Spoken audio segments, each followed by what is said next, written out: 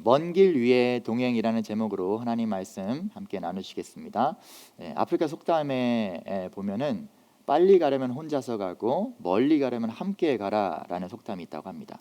빨리 가려면 혼자서, 멀리 가려면 함께. 간단한 논리이겠죠. 혼자서 가는 게 빨리 가는데 더 도움이 될 것입니다. 누군가와 이렇게 보조를 맞춰서 같이 갈 필요 없고요. 그 사람의 어떤 상태를 살필 필요도 없고요. 그냥 혼자서 자기 페이스대로 가면 되니까 빨리 가려면 혼자 가는 게 훨씬 좋은 방법일 것입니다. 그러나 멀리 가려면, 더군다나 그 멀리 가는 곳이 험하다면, 그 가는 길이 험하고 멀다면 함께 가야만 한다라는 것이죠. 왜 아프리카에 이런 속담이 있냐면, 아프리카는 지금도 어떤 생활 식수나 생활 용수를 공급하기 위해서 하루에도 수시간을, 특별히 여성과 어린아이들이 그 일에 종사를 하는데, 하루에도 자기 가정에 쓸 먹을 물들을 얻기 위해서 여러 시간을 그렇게 하루에서 우물물을 기르러 다녀오곤 한다고 합니다. 그럼 가는 길에 아프리카 같이 또 기후가 열악하고 또 맹수들도 있겠고요. 또 적대 국가의 어떤 그런 위협이 있을 수 있는 그런 부족 국가들 에서는 혼자 가면 너무 위험한 것이죠. 어떤 난관에 봉착하고 위기에 이렇게 부딪히게 되면 돌아설 수밖에 없는 것입니다. 극단적으로는 고립될 수밖에 없고, 더 극단적으로는 생명을 잃을 수 있는 그런 상황에 처할 수 있는 것이죠. 그러니까 그들은 멀리 가는 그 길을 위해서 꼭 누군가와 동행한다라는 것입니다. 결코 혼자 가지 않는다라는 것이죠. 근데 요즘 세상이 살아가는 방식은 어떠한가 우리가 한번 생각해 봤을 때, 멀리 가는지 혹은 가깝게 가는지 그건 중요하지도 않은 것 같습니다. 무조건 빨리 가라, 빨리 가야 된다라고 말하는 세상인 것 같습니다. 참, 고국 대한민국을 생각하면 정말 빨리빨리의 나라고 대단히 빠르죠. 우리가 여기 미국에 온 지가, 저희 가정이 미국에 온 지가 한 1년 된 것 같은데, 참 1년 동안 살아가면서 답답하다, 참 느리다라는 것을 많이 느끼게 됩니다. 저희가 얼마 전에 이사를 했는데, 인터넷 설치하고 이게 셋업이 되는데 막 2달 이상이 걸렸던 것 같아요. 그래서 정말 왜 이렇게 느리지? 근데 미국이라고 너무 여유가 있고 워낙 이렇게 느림의 미학이 있고 이렇게 천천히 가는 걸 좋아하는 나라라서 그런 것 같지는 않고요. 여기도 무조건 빨리 가야 되는 나라는 맞는데, 여러 가지 어떤 제반적인 어떤 인프라가 집약적이지 않고 여러 가지 한국 같은 형편이 아니다 보니까 느릴 수밖에 없는 그런 상황인 것 같습니다. 여기도 마찬가지로 막 속도를 중요시하고요, 빨리빨리 하는 걸 좋아하고요, 느리면 되게 불평불만들 많이 하시더라고요. 그러니까 세상은 지금 계속해서 빨리 가는 것에 대해서 집중하고 있고, 어떻게든 빨리빨리 나아가는 인생에 대해서 이야기하고 있는 것인 것 같습니다. 그래서 여기서 속도가 중요한 세상에서 많이 요즘 얘기하는 것이 뭐냐면 효율성이라는 것을 얘기합니다. 효율성이 무엇입니까? A라는 지점에서 B라는 지점까지 가장 빨리 갈 수 있는 방법을 말합니다. 효율적으로 가야 된다는 것이죠. 어차피 여기서부터 여기까지 가는데 돌아서 가지 말고 가장 빠른 길을 찾아서 빨리 가라라는 것이 바로 효율성에 대한 것이죠. 그래서 요즘 내비게이션을 이렇게 찍어봐도 가장 빠른 거리, 가장 효율적으로 빨리 갈 수 있는 거리를 제일 먼저 찾아서 보여주곤 합니다. 세상은 빨리 가야 되고, 그렇기 때문에 효율성이 너무나 중요하다라고 말하고 있는 것입니다. 효율적인 건 빨리 가는 겁니다. 빨리 해야 됩니다. 늦으면 안 됩니다. 늦으면 집니다. 늦으면 패배합니다. 늦으면 끝납니다. 이렇게 빨리 가는 게 중요한 세상은 그래서 자꾸만 혼자서 가게 만드는 것이죠. 언제 누구랑 발 맞춰서 함께 가려고 그래? 누굴 기다려줘? 혼자서 빨리 효율적으로 가야지 라고 말하는 세상인 것 같습니다. 급하게 돌아가는 이 세상, 어디 누굴 기다리랴? 나 혼자 빨리 달려가야지. 누구를 배려합니까? 누구를 기다려줍니까? 누구를 돌아봅니까? 빨리 가라는 것입니다. 혼자 가기도 급합니다. 그래서 옛날에 우리 선조들의 격언들, 급할수록 돌아가라, 이런 말은 정말 쓸데없는 말처럼 치부되는 세상인 것 같아요. 젊어서 고생은 사서한다? 옛날에 어떤 우리나라 광고도 있었던 것 같은데, 젊어서 고생 사서한다? 돈 많아? 그걸 왜 사서해? 이런 우스꽝스러운 그런 광고도 있었던 것 같아요. 그걸 뭐하러 사서해? 고생 같은 거를, 인생 짧은데 빨리 혼자서 즐기면서 가야지, 이렇게 얘기하는 세상인 것이죠. 제가 나이 40에 이 미국 땅에 온 가족을 데리고 올 때 정말 주요하게 이 타국으로 와서 목회를 하겠다라고 결정했을 때 주된 결정 요인 중에 하나는 아직 그래도 나는 젊은 편이다. 그리고 좀 더 고생하고 싶다라는 것이었습니다. 가면 정말 의지할 거 하나도 없겠네. 오직 주님만 바라봐야 되겠고 참 고생 많이 하게 될 것 같다라는 생각을 했을 때 저와 아내가 함께 동의한 것이죠. 그래, 우리 조금이라도 젊을 때 좀 더 고생해보고 좀 더 주님 앞에서 절박하게 주님만 의지하며 그렇게 한번 살아보는 기회를 갖자. 그래서 선택한 게 주요한 요인이었거든요. 근데 많은 분들이 이런 얘기를 하면 뭐하러 그렇게 고생하려 여기까지 오냐라고 조금 이렇게 조금 어리석게 그렇게 바라보시는 시선들이 있는 것 같아요. 요즘 세상은 야, 네가 지금 그 나이면 돈을 어느 정도 모았어야 되고 어느 정도 너의 자녀와 뭐 가정을 위해서 어느 정도 갖췄어야 되고 너의 노후를 위해서 차근차근 준비하고 있어야 될 그런 시기고 그런 나이인데 뭐 고생을 더 한다고? 정말 어리석구나. 정말 너는 한 치 앞도 모르는구나. 정말 너는 네 인생에 대해서 책임감이 없구나. 이렇게 바라보는 시선들이 있는 것이죠.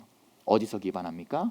인생은 급하고 그래서 효율적으로 가야 되고 그래서 인생은 누굴 돌아볼 시간 없이 빨리 가야 된다. 여기서 기한된 여기서 이렇게 바라보는 저에 대한 시선이겠죠. 아무튼 요즘 세상이 그러한 것 같습니다. 그런데 한번 우리는 생각해 봐야 되겠죠. 우리는 그리스도인입니다. 우리는 어떻게 살아가야 될까요? 우리도 세상 사람들이 살아가는 방식대로 급하니까 그냥 빨리 가야 될까? 오늘 저는 말씀을 통해서 그럴 수 없다. 우리는 그럴 수 없다라는 것을 말씀드리고 싶습니다. 우리 믿음의 사람들은 세상이 말하는 대로, 세상이 조장하는 대로, 세상이 그렇게 생각하는 대로 무조건 빨리 가야 되고 그래서 효율적으로 가야 되고 혼자서 가야 되는 그런 삶이 아니다라는 것입니다. 우리에게는요, 이 교회 공동체가 너무나 중요합니다. 그리고 성령님과 함께 발맞춰 동행하는 그 동행의 삶이 너무나 중요하다라는 것입니다. 우리는 뭐 급하기 때문에 혼자 가는 그런 존재가 아닙니다. 언제나 발맞춰서 가야 되는 존재입니다. 동행해야 되는 존재입니다. 주님과 함께 발맞춰서 함께 가야 되는 그런 사람이라는 것입니다. 그래서 그리스도인들은 어쩌면 세상에서 비효율적인 삶을 살아가고 있는지도 모르겠습니다.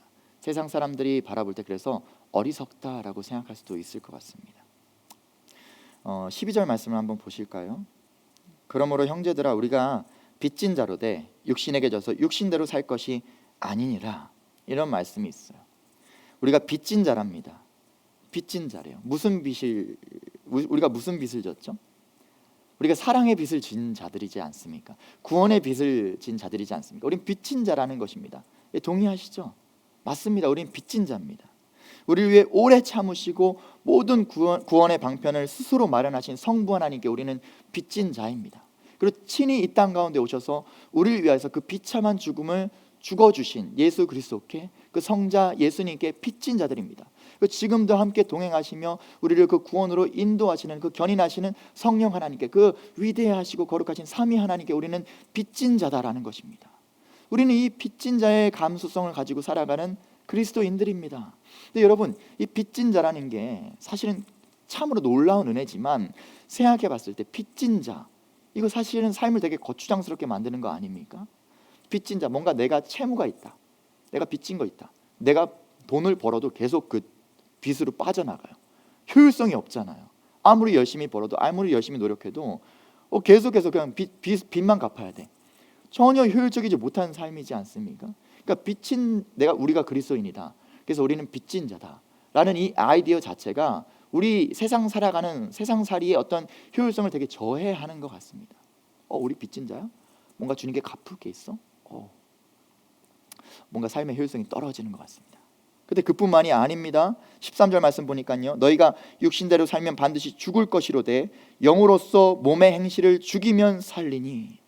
또 구원받았다고요? 우리가 그냥 마음대로 살면 안 된대요. 막 살면 안 된대요. 몸의 행실을 죽이면서 살래요. 육체의 욕심, 죄의 유혹과 맞서 싸우며 살라라고 말하고 있는 것입니다. 어떤 마음의 부담이 생겼어요. 어떤 삶의 규례가 있는 것 같습니다. 어떤 삶의 규칙이 있는 것 같아요. 말씀을 조차 살아가야 되는 어떤 우리 삶의 양태가 주어진 것 같습니다. 우리는 마음대로 내키는 대로 살아가면 안 되는 존재 같아요. 세상 사람들은 그냥 내키는 대로 자기 마음대로 그냥 욜로 이러면서 살아가는데 우리는 그러면 안 된다라는 거예요. 주의 말씀이 우리에게 어떤 족쇄가 되는 것 같고요, 제약이 되는 것 같습니다. 삶의 어떤 마음의 부담도 있죠. 빚진 자로서의 부담도 있죠. 그리고 어떤 지켜야 될 어떤 규약도 있는 것, 조례도 있는 것 같죠. 이 모든 것이요, 우리가 그리스도인이라는 이름 때문에 삶의 효율성이 엄청 저해되는 것 같습니다. 세상 사람들과의 속도 경쟁에서 엄청 뒤처질 수밖에 없는 그런 삶을 살아가야 되는 게 우리 그리스도인들이 아닌가라는 생각이 드는 것이죠. 여러분 어떠십니까? 예수님 믿는다는 이 믿음 때문에 좀 불편하다, 효율적이지 못하다라는 느낌을 받아보신 적이 있으실까요? 저는 있습니다. 저는 있습니다. 이 동행 때문에 특별히 하나님의 영, 성령 하나님이 나와 함께 하시고 내주 교통하시고 그분이 늘 나를 감찰하신다는 이런 어떤 우리 믿음의 어떤 고백 때문에 저의 삶이 되게 효율적이지 못하다라고 느낄 때가 많았던 것 같아요. 특히 학창 시절에 한참 놀고 싶은데 뭔가 막 토요일 날 학생 예배를 가야 되는 거예요. 한창 친구들하고 막 놀고 싶은 그 시간에 주일날 친구들과 약속을 잡을 수가 없는 거예요. 왜? 교회에서 하루 종일 살았거든요. 저는 주일학교 교사도 하고 그렇게 살았거든요. 부모님이 목회자이시다 보니까 어떤 그런 삶을 살게 되었는데 사실 그때는 좀 반 억지로 하는 게 있었던 것 같아요. 그래서 왜 나는 누리지 못하지? 왜 나는 즐기지 못하지? 왜 나는 세상 친구들처럼 그렇게 살아가지 못하지? 제가 공부를 열심히 안 했지만 그럼에도 세상 친구들은 막 주말에도 열심히 공부하는 것 같은데 나는 교회에 매여가지고 공부도 하지 못하고 있고 나는 되게 효율성이 떨어지고 있는 것 같은 느낌을 받았던 것이죠. 그것은 20대 초중반에도 계속 이어졌던 것 같습니다. 주님을 인격적으로 만나기 전에는 저는 계속 어떤 그런 내가 예수 믿는다는 것 때문에 효율성이 저해된다. 예수 믿는 사람은 왜 이렇게 살아야만 하지? 왜 세상에 즐길 거 이거 너무 즐거운데 세상 향락이 너무 재밌는데 왜 이것을 나는 하면서도 꺼림칙하고 막 하면서도 언젠간 이걸 다 떠나 버려야 돼. 이건 내가 살아갈 삶이 아니라 이런 어떤 죄책감과 어떤 무거운 부담감을 가지면서 왜 살아가야만 하지? 이런 어떤 불편함이 삶의 효율성이 저해되는 그런 것들이 상당히 많이 있었던 것 같아요. 우리 다 그럴 때 있지 않습니까? 가벼운 일탈을 해도 뭔가 죄 지은 것 같아서 마음이 불편할 때가 있지 않습니까? 주말에 마음껏 쉬고 싶고 놀고 싶은데 또 사회활동, 취미활동 막 마음껏 하고 싶은데 주님을 믿는다는 이 신앙 때문에 주님 앞에 나와 주님을 예배하고 그리스도인으로서 살아가야 되는 어떤 이 삶의 양태 때문에 좀 불편해지고 부담스러워지고 좀 귀찮아지는 때가 있지 않습니까? 세상 사람들 주 5일 열심히 근무하고 혹은 6일 열심히 일하고 주말에 그래도 쉬고 에너지를 보충해야 되는데 나는 또 주일에 예배 와서 이렇게 헌신해야 되고 나는 쉴 시간도 없고 에너지를 다시 보충하고 스트레스를 해소할 그런 시간도 없다. 효율성이 저해되는 것 같이 느껴질 수 있을 것입니다. 뿐만 아니라 또 주님께 뭔가 물질을 드릴 때 또 그런 마음이 많이 들겠죠. 나는 뭐 $10가 아쉬운데 이걸 또 주님께 막 기꺼이 헌물로 드린다. 이런 걸 생각할 때 또 마찬가지로 삶의 효율성이 저해된다라는 생각을 가질 수가 있는 것이죠. 저는 충분히 이해할 수가 있습니다. 충분히 그런 생각들을 가져보실 수 있고요. 그건 정상입니다. 나쁜 건 아니죠. 주님을 믿는다는 게, 그분과 동행한다는 게, 성령 하나님이 우리 안에 내주 교통하신다는 사실이 세상 살기에 전혀 효율적이진 않은 것 같습니다. 근데 제가 여기서 한 가지 중요한 질문을 좀 빠뜨리고 있는데 그 질문을 한번 던져보겠습니다. 과연 우리 삶 가운데 효율성이라는 것이 중요합니까? 과연 우리는 효율적으로 살아야만 하는 존재인 것입니까? 세상 사람들이 그냥 세상이 그렇게 딱 이렇게 그런 아이디어를 딱 구축해 놓은 것 같아요. 틀을 딱 만들었어요. 빨리 가야 돼. 인생 급해, 짧어. 열심히 즐기면서 열심히 벌면서 다른 사람들을 짓밟고라도 위로 올라서면서 그렇게 성공가도로 달리면서 혼자서 효율적으로 살아야 돼 라고 이렇게 세팅을 딱 해놨어요. 그러니까 우리는 그 속에서 효율성이 저해되면 되게 막 이렇게 두려워하고요, 걱정하고요, 이러면 안 되는데 이렇게 살아가는 것이죠. 근데 우린 질문을 던져봐야 되는 거예요. 과연 우리는 효율적으로 살아가야만 하는가? 과연 우리는 뒤처지면 안 되는가? 왜 그 질문을 안 하죠? 15절 말씀 볼까요? 너희는 다시 무서워하는 종의 영을 받지 아니하고 양자의 영을 받았으므로 우리가 아빠 아버지라고 부르짖느니라. 우리는 종이 아니라 우리는 자녀가 되었다라고 합니다. 그래서 우리는 그 거룩하시고 전능하신 하나님을요 아빠 아버지라고 부른대요. 예수 그리스도님과 마찬가지로 그분을요 아버지라고 부르는 거예요. 아빠 아버지라고 우리는 실제로 부르고 있지 않습니까? 기도할 때 그분을 아버지 아빠 이렇게 부르면서 그분께 구하고 있지 않습니까? 왜요? 우리가 종이 아니기 때문에, 종이 아니고 자녀가 되었기 때문이라고 말씀하고 있습니다. 육신의 생각과 죄에 사로잡힌 그런 종이 아니라 자녀, 자유한 자녀다라는 것입니다. 그럼 곰곰이 한번 따져봅시다. 우리가 자녀는 어떻게 살아갑니까? 또 종은 어떻게 살아갑니까? 여러분, 종은요 효율성이 너무나 중요합니다. 왜냐하면 종은 하루 일과 동안 열심히 주인이 시킨 일을 다 감당해내야 돼요. 그러려면 효율성이 너무나 중요합니다. 1시간을 일하더라도 효율적으로 일해야 돼요. 그래서 주어진 시간 안에 그 일을 다 끝마치고 그래야 일과 이후에 자기 가족을 건사한다던가 조금이라도 쉴 수 있는 시간을 확보한다던가 여러 가지 뭔가를 할 수가 있죠. 그렇기 때문에 종에게는요 이 시간의 효율성이 너무나 중요합니다. 급하게 가야 됩니다. 다른 사람들 막 기다려주면서 이렇게 배려하면서 그러면서 자기 일 못하면요 바보 되는 겁니다. 효율적으로 빨리 가야 돼요. 종은 그렇게 살아야 됩니다. 맞죠? 지금 시대에 종이 없더라도 우리가 노동자로서 인플로이로서 그죠? 고용주로부터 어떤 부여받은 일을 감당하는 어떤 그런 자리에 있다라면 쉽게 우리가 이해할 수 있을 것 같아요. 종의 삶이 어떠해야 되는지 효율적으로 살아가야 돼요. 그러나 자녀는 어떠할까요? 자녀는 같은 집안일을 한다고 생각해 보세요.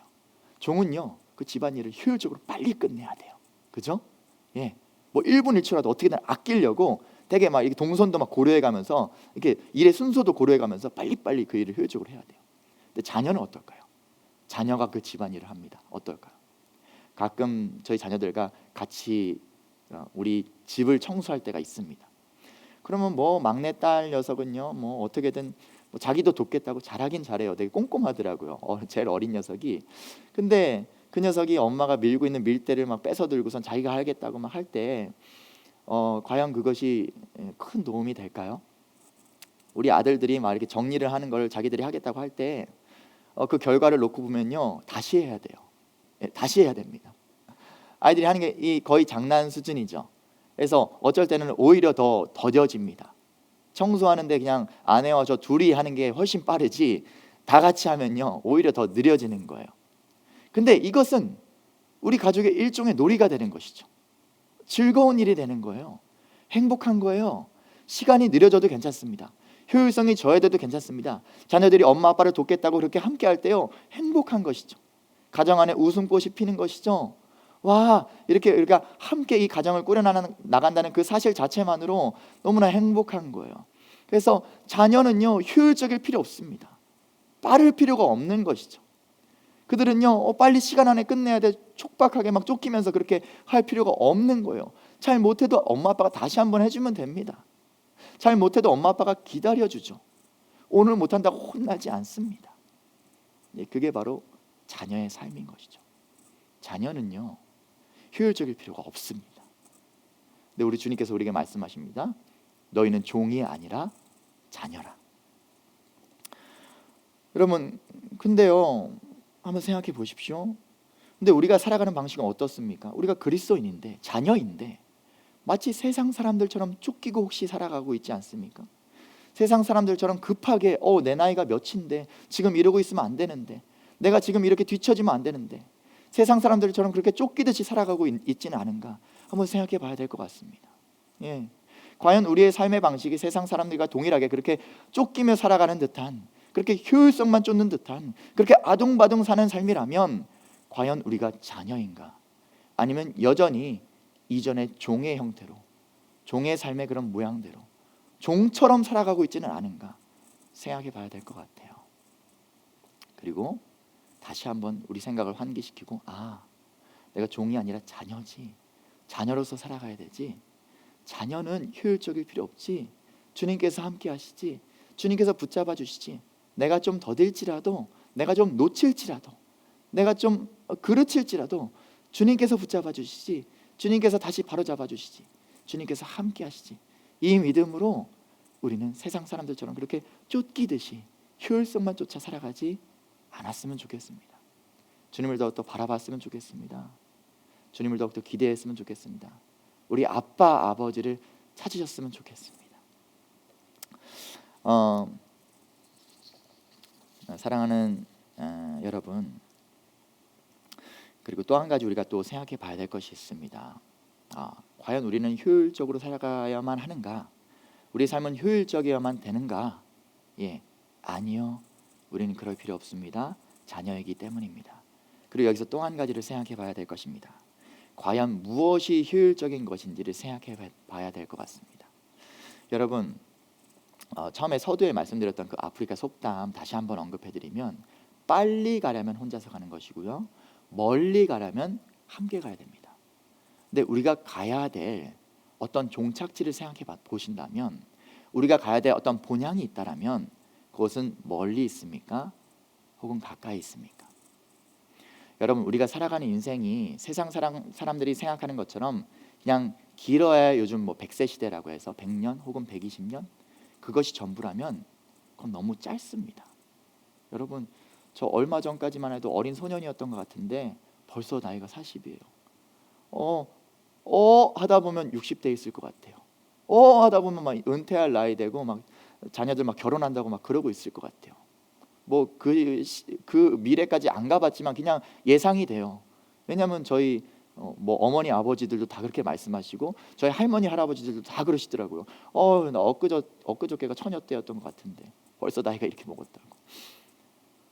정말 세상 이 인생은요, 이 이생의 삶은요 너무나 빠릅니다.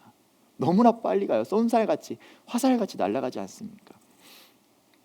그럼 너무 우리 인생의 목적지가 100년 혹은 120년이라면 너무 가까워요. 너무 짧아요. 그러려면 우리 거기가 끝이라고 생각하면 빨리 가야 됩니다. 여러분, 인생이 그게 다라면요, 여러분 누굴 기다리십니까?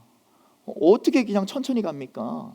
이 짧은 인생 어떻게든 누리면서, 어떻게든 즐기면서, 어떻게든 얻으면서, 어떻게든 쌓아가면서, 어떻게든 높아지면서, 그렇게 어떻게든 한 번 사는 인생 아싸라게 한번 살아봐야죠. 이 짧은 인생이 끝이라면요. 그러나 우리 믿음의 사람들이 믿음으로 바라보는 목적지는 어디입니까? 여러분, 우리의 인생은 영원에 잇대어 있는 줄로 믿습니다. 우리는 영원을 살아가는 존재인 줄로 믿습니다.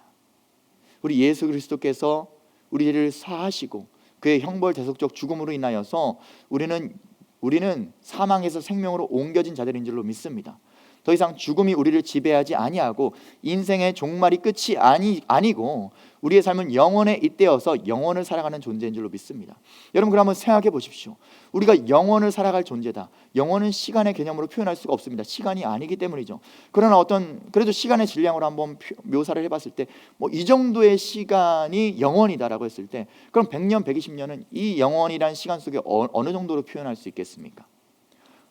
점을 찍어도 표현이 안 될 것입니다. 영원히 이만큼이라면 우리가 살아가는 인생의 삶은 점을 찍어도 표현이 안 될 것입니다. 여러분, 근데 우리는 영원을 살아갈 존재라니까요. 그런데 어떻게 겨우 이 점으로도 표현 안 될 이런 시간을 살아가는 존재인 것처럼 아둥바둥 효율성만 쫓아 살아가겠냐는 것입니다. 여러분, 우리 효율적으로 살아갈 필요가 없는 존재예요. 우리에게 있어서 참으로 효율적이라는 것은 너무나 멀리 가야 되기 때문에 함께 가야만 한다는 것입니다. 발맞춰서 함께 묻고 기다리고 가라 하면 가고 서라 하면 서고 그렇게 나아가야만 하는 존재라는 것입니다. 왜요? 우리가 가야 할 본향은 멀리 있기 때문입니다. 우리의 목적지는 너무나 멀리 있기 때문입니다. 그래서 우리는요, 우리한테 내주 교통하시는 성령 하나님과 동행해야 하는 줄로 믿습니다. 늘 주님께 기도로 묻고 우리의 삶을 구하고 우리의 삶의 방향과 목적을 구하고 그분의 뜻을 찾는 가운데, 그분의 말씀을 묵상하는 가운데 그분의 뜻을 분간하며 그렇게 살아가야 되는 줄로 믿습니다. 16절 말씀 보실까요? 성령이 친히 우리 영과 더불어 우리가 하나님의 자녀인 것을 증언하시나니. 성령 하나님이 우리와 동행하십니다. 믿음으로 주님과 우리는 그래서 함께 가야 되는 것입니다. 우리 안에 성령 하나님과 동행해야 되는 것입니다. 이거 부담으로 생각하시면 안 됩니다. 이거 비효율로 생각하시면 안 됩니다. 우리는 영원을 살아가야 되기 때문에 그분과 함께 가야 되는 줄로 믿습니다. 이거 주님과 함께하는 이 시간, 주님을 예배하는 시간, 주님 말씀을 묵상하는 시간, 주님께 기도하는 시간, 이거 비효율적이라고 외면했다간 영혼을 망쳐버릴 수가 있습니다. 우리는 영혼을 살아가야 돼요. 영원히 나아가야 됩니다. 그래서 성령 하나님과 우리 주 예수 그리스도님과 늘 동행하며 살아가야 되는 줄로 믿습니다. 그렇게 살아가시길 축원드립니다. 여러분, 우리는 자녀이고요, 하나님의 상속자입니다. 혼자서 가지 마십시오. 급하게 가려다가 중요한 거 놓치지 마십시오. 여러분, 물론 때로는 우리 주님과 동행하는 우리의 삶이요, 고난처럼 느껴질 수가 있습니다. 물론 그러실 거예요. 왜냐하면 우리는 결국 이 이생의 삶을 살아가기 때문이죠. 이 땅의 삶을 발딛고 살아가기 때문이죠. 우리도 어딘가에 소속돼서 세상의 재화와 가치를 이용하며 살아가야만 하는 그런 세상살이를 해야 되는 존재이기 때문이죠. 그래서 어쩔 때는 되게 이 주님과 함께하는 이 세상이 바라볼 때 비효율적인 이 삶이 우리에게 고난처럼 느껴질 때가 분명히 있으실 것입니다. 충분히 이해할 수 있습니다. 17절 말씀 보실까요? 자녀이면 또한 상속자 곧 하나님의 상속자요 그리스도와 함께 상속자니. 여기까지는 좋아요. 우리가 상속자래요. 심지어 하나님의 상속자래요. 심지어 독생자 예수 그리스도와 함께 누려받을 그런 상속자래요. 자녀래요. 그러나 우리가 그와 함께 영광을 받기 위하여 고난도 함께 받아야 할 것이니라. 그 상속을 받기 위해선 이 땅에서의 삶 가운데 우리가 고난도 받아야 한다라고, 고난을 이거는 거의 고정적인 우리가 받아야만 하는 것으로 지금 말씀하고 계시는 것입니다. 우리는 이 땅에 살아갈 때 그리스도의 이름으로 그리스도인으로서 살아갈 때 고난을 받을 수밖에 없습니다. 우리 삶에 고난이 있을 수밖에 없습니다. 바꿔 말하면 우리 삶이 세상 사람들이 바라볼 때 비효율적일 수밖에 없고, 그래서 세상 사람들이 조롱할 수밖에 없고, 세상 사람들이 어리석다라고 여길 수밖에 없는 그런 삶의 모습을 우리는 살아갈 수밖에 없다라는 것입니다. 바보 같아 보일 수 있다라는 거예요. 그래서 믿음에서 떠난 많은 사람들이, 믿음에서 떠나신 많은 분들이 그런 부분에서 실패하시고 그런 부분에서 낙담하시고 그런 부분에서 넘어지시는 것을 보게 됩니다. 세상과 비교할 때 너무나 비효율적이거든요. 고난처럼 느껴지시거든요. 여러분, 사도 바울도요, 오늘 본문의 저자인 사도 바울도요, 예수님과 동행을 시작하고 나서부터 뭔가 고난의 연속인 거예요. 사실은 이 사람은요, 세상에서 효율적으로 아주 고효율로 살아갈 수 있는 사람이거든요. 최고의 학벌을 가지고 있죠. 최고의 집안에서 태어났죠. 최고의 신분을 가지고 있습니다. 너무나 또 뛰어난 어떤 그런 능력을 가지고 있어요. 능력자예요. 배경도 금수저에다 능력자예요. 그러니까 얼마나 고효율로 살아갈 수 있는 존재입니까? 그런데 그걸 다 포기하고 세상이 바라보는 비효율로 살아가기 시작했는데, 이 지고한 가치를 바라보면서 비효율적으로 살아가기 시작했는데, 자녀로서 살아가기 시작했는데 너무나 많은 고난과 박해가 있는 것이죠. 돌에 맞는 거예요. 거반 죽었다가 살아나는 거예요. 어딜 가나 조롱당하는 거예요. 어딜 가나 환영받지 못하는 것입니다. 바울이 고민하는 것이죠. 아니, 내 인생이 이렇게 가도 괜찮나? 내가 주님을 쫓아서 자녀로서 사는 삶이 너무나 가치롭게 여겨져서 그렇게 살기로 작정하고 살아가고 있는데 너무나 고난과 박해가 심해요. 내 삶이 너무나 비효율적인 거예요. 세상 사람들이 너무나 조롱하는 것이죠. 내 삶이 이래도 괜찮은가? 한 번쯤 바울도 고민해 보지 않았을까요? 그도 사람인데요. 그래서 바울이 고민하다 이런 이제 여러 가지로 이제 생각을 이제 해보게 됐던 거겠죠. 저도 바울 같은 고민을 해본 적이 있었던 것 같아요. 내가 나이가 40이 다 됐는데 뭐 이렇게 후일을 위해서 또 후손을 위해서 뭔가 준비된 건 없는 것 같고, 또 나의 어떤 노후를 위해서 준비되고 있는 건 없는 것 같고, 또 앞을 바라볼 때 여전히 막막하고 뭔가 환하게 내 인생이 탄탄대로 뭔가 열려 있고 뭐 비전이 이렇게 딱 이게 뭐 단계적으로 준비되어 있고 전혀 그렇지 못한 상태. 나 이대로 괜찮은가? 나 계속 이렇게 가도 괜찮을까? 라고 스스로에게 의심이 들고요. 스스로 불안해질 때가 있고요. 그래서 그 불안함이 제 안에서 어떤 낙심과 좌절과 어떤 그런 이렇게 되게 이렇게 스스로 어떤 자존감이 낮아지는 어떤 그런 형태로 나타나기도 하는 것 같습니다. 그러면서 주님께 기도하죠. 주님, 저 이대로 괜찮습니까? 저 그냥 이렇게 가도 괜찮은 거예요? 제가 이 나이에 이 타국 땅에 와서 이렇게 살아가는데 1년이라는 시간을 보냈는데 뭐 하나 손에 잡히는 거 없고 여전히 뭔가 이루어지는 거 없는 것 같고 주님, 저 이렇게 가도 괜찮은 것입니까? 여기서 제 인생을 이렇게 허비해도 괜찮은 것입니까? 허비하는 건지 모르겠지만 주님, 이대로 괜찮은 겁니까? 라고 스스로에게 의심이 들고 불안할 때가 있는 것이죠. 솔직히 많습니다. 그럴 때 기도할 수밖에 없어요. 제가 뭘 할 수 있습니까?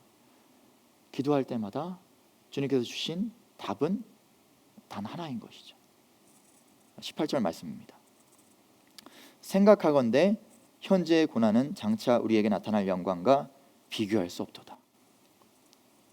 바울의 고백인데요. 앞서 말씀드린 대로 바울이 고민해 보는 거예요.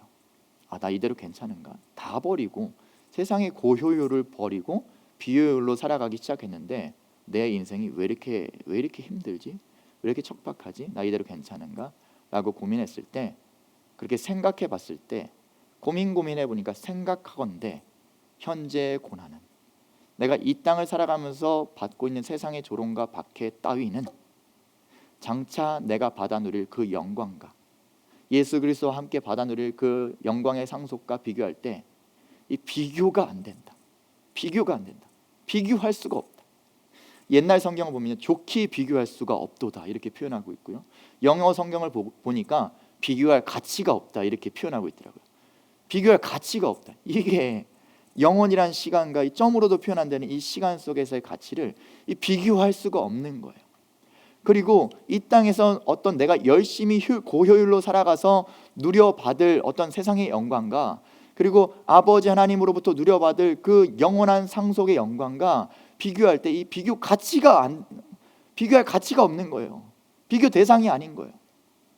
그럼 바로 생각을 고쳐먹는 것이죠. 바울이 야, 지금 내가 받는 고난은 장차 내가 누려받을 영광과 비교할 수가 없구나. 아무것도 아니구나. 다시 툭 털고 일어나서 자기에게 돌을 던졌던 성 안으로 다시 들어가는 것이죠. 제가 고민할 때도 마찬가지입니다. 주님께서는 늘 이 답을 주십니다. 내가 너에게 줄 그 영광스러운 것들은 네가 이 땅에서 받는 조롱과 어떤 불편과 어떤 괴로움, 그것과는 비교할 수가 없다. 여러분, 우리가 마라톤을 할 때요, 저도 옛날에 이제 뭐 여러 가지 운동을 하면서 장거리 달리기를 많이 했었는데 이렇게 자기 발밑을 바라보면요 더 못 뛰어요. 힘들어서 숨이 턱끝까지 차올라서 힘들 때요, 고개를 푹 숙이고 가슴을 이렇게 쪼그라뜨리고 땅밑을 바라보면요 더 뛸 힘이 안 납니다. 근데 그럴 때 멀리 보는 거예요. 목적지는 안 보이더라도 최대한 멀리 보는 거예요. 내가 달려가고 있는 이 길의 끝을 바라보는 거예요. 그러면서 고개를 들고 뛰는 거예요. 그럼 더 뛸 힘이 납니다. 실제로. 예. 우리가 이 짤막한 인생이 끝이라고 생각하고 바라보면 한 발짝 미끄러질 때, 한순간 넘어질 때 좌절합니다. 사람들이 쉽게 목숨을 포기하는 이유가 여기서 내 인생 끝났다라고 생각하기 때문이죠. 근데 멀리 바라보면요, 내 인생이 저 영원에 잇대어 있다라고 생각하면요 다시 달려갈 힘을 얻는 것입니다. 잠깐 멈춰졌을지라도, 잠깐 넘어졌을지라도 다시 툭 털고 일어나 달려갈 힘을 얻는 것이죠. 우리 믿음의 사람들, 우리 그리스도인들, 이 믿음으로 살아갔으면 좋겠습니다. 우리는 단지 이 땅 가운데서 뭔가 누려받는 존재가 아니라 영원한 것을 바라보는 존재이고 그 영혼 속에서 모든 것을 누려받으며 살아갈 존재이라는 사실을 기억하며 사시는 저와 여러분 되었으면 좋겠습니다. 이제 말씀을 마칠 텐데요.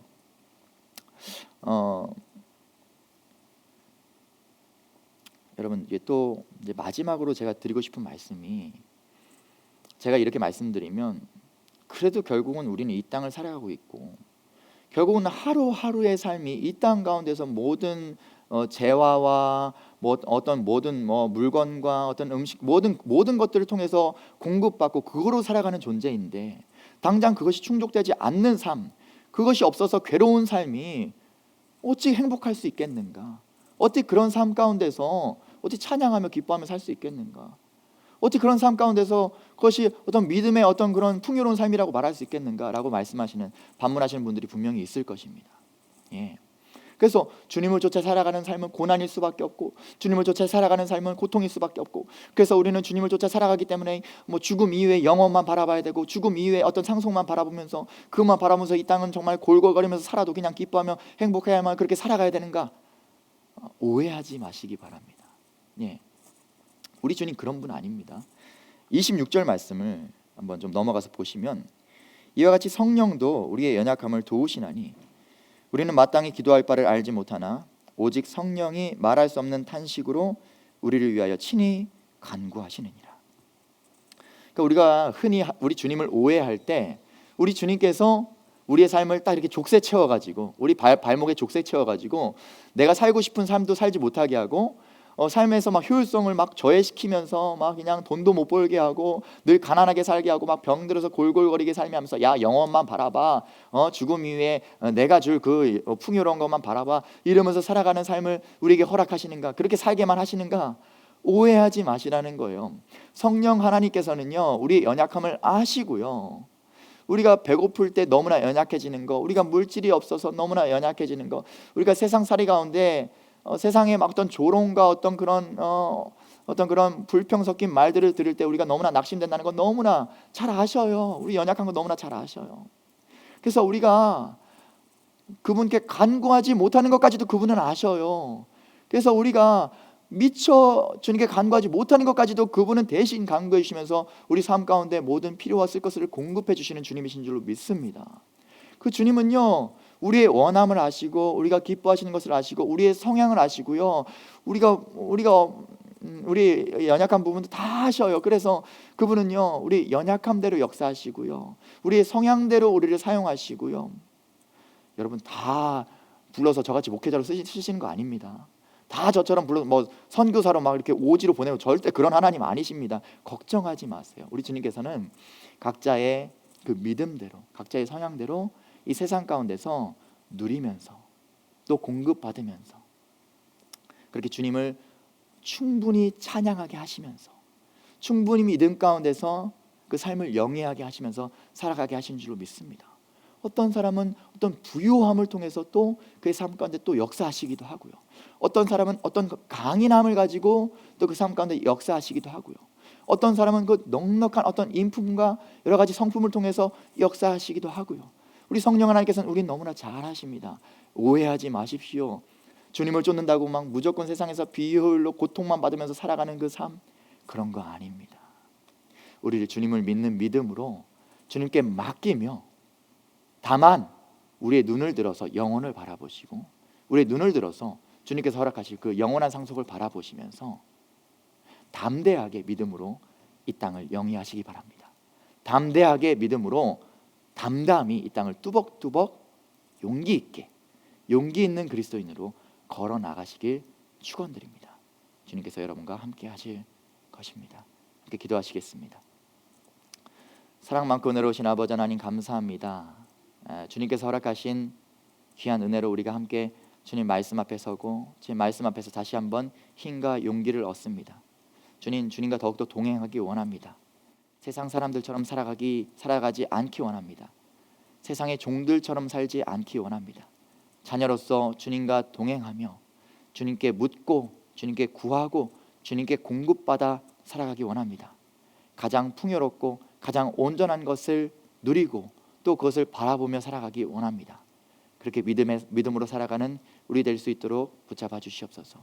늘 주님께서 우리가 함께 하시고 동행한다는 사실을 기억하며 살아가는 저희 되게 하여 주시옵소서. 감사드리며 예수 그리스도의 이름으로 기도드렸습니다. 아멘.